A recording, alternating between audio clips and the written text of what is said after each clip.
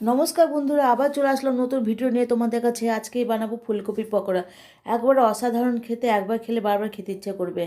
তো তার জন্য আমি একটা কড়াইতে জল নিয়ে ওর মধ্যে ফুলকপিগুলো বড় বড় পিস করে ফুলকপিগুলো দিয়ে দিলাম।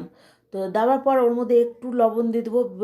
লবণ দেওয়ার পর একটু লবণ ওর মধ্যে দিয়ে দিলাম। ঠিক আছে, লবণটা দেওয়ার পর ওর মধ্যে ওকে মিনিমাম 3% ওকে সেদ্ধ করতে হবে, 1% যেন কাঁচা থাকে। ঠিক আছে, ওইভাবে সেদ্ধ করতে হবে মিনিমাম 3-4 মিনিট লাগে সিদ্ধ হতে। ওইভাবে হয়ে গেলে ওটাকে নামিয়ে নিতে হবে। ঠিক আছে, দেখতে হবে একটু যেন কাঁচা কাঁচা ভাব যেন থাকে, না তো পুরো একবার গলে ছাড়তে হয়ে যাবে।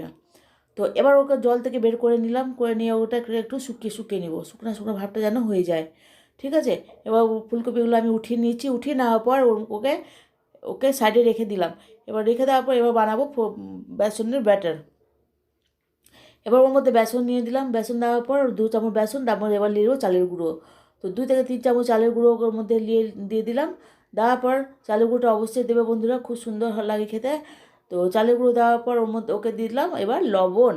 তো লবণটা একটু কম দিলেই হয়, কেন কমটা লবণটা আমি যেহেতু ফুলকপিতে দিয়েছি, তাই জন্য লবণটা একটু অল্প দিলাম। এবার হলুদের গুঁড়ো দিয়ে দিলাম।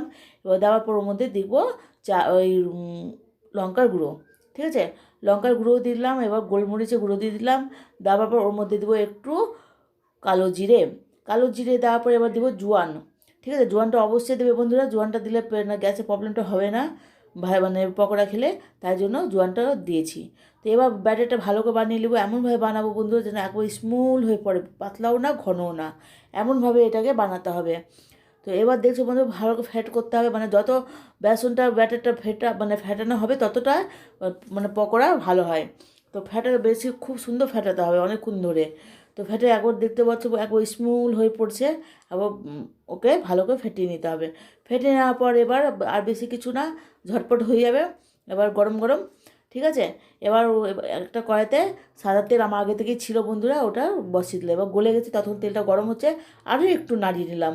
ঠিক আছে, একটু বসে গেলে এবার ফুলকপিটা ভালো করে ওর মধ্যে মানে ডুবিয়ে, ঠিক আছে, এবার বোঝাই যাবে যে ফুলকপিটা, ঠিক আছে, এমনভাবে এটাকে ব্যাটারটা বানাতে হবে যে আবার ফুলকপি পকেটে আবার দেখা যাবে যে ফুলকপি আছে ভিতরে, এমনভাবে হবে।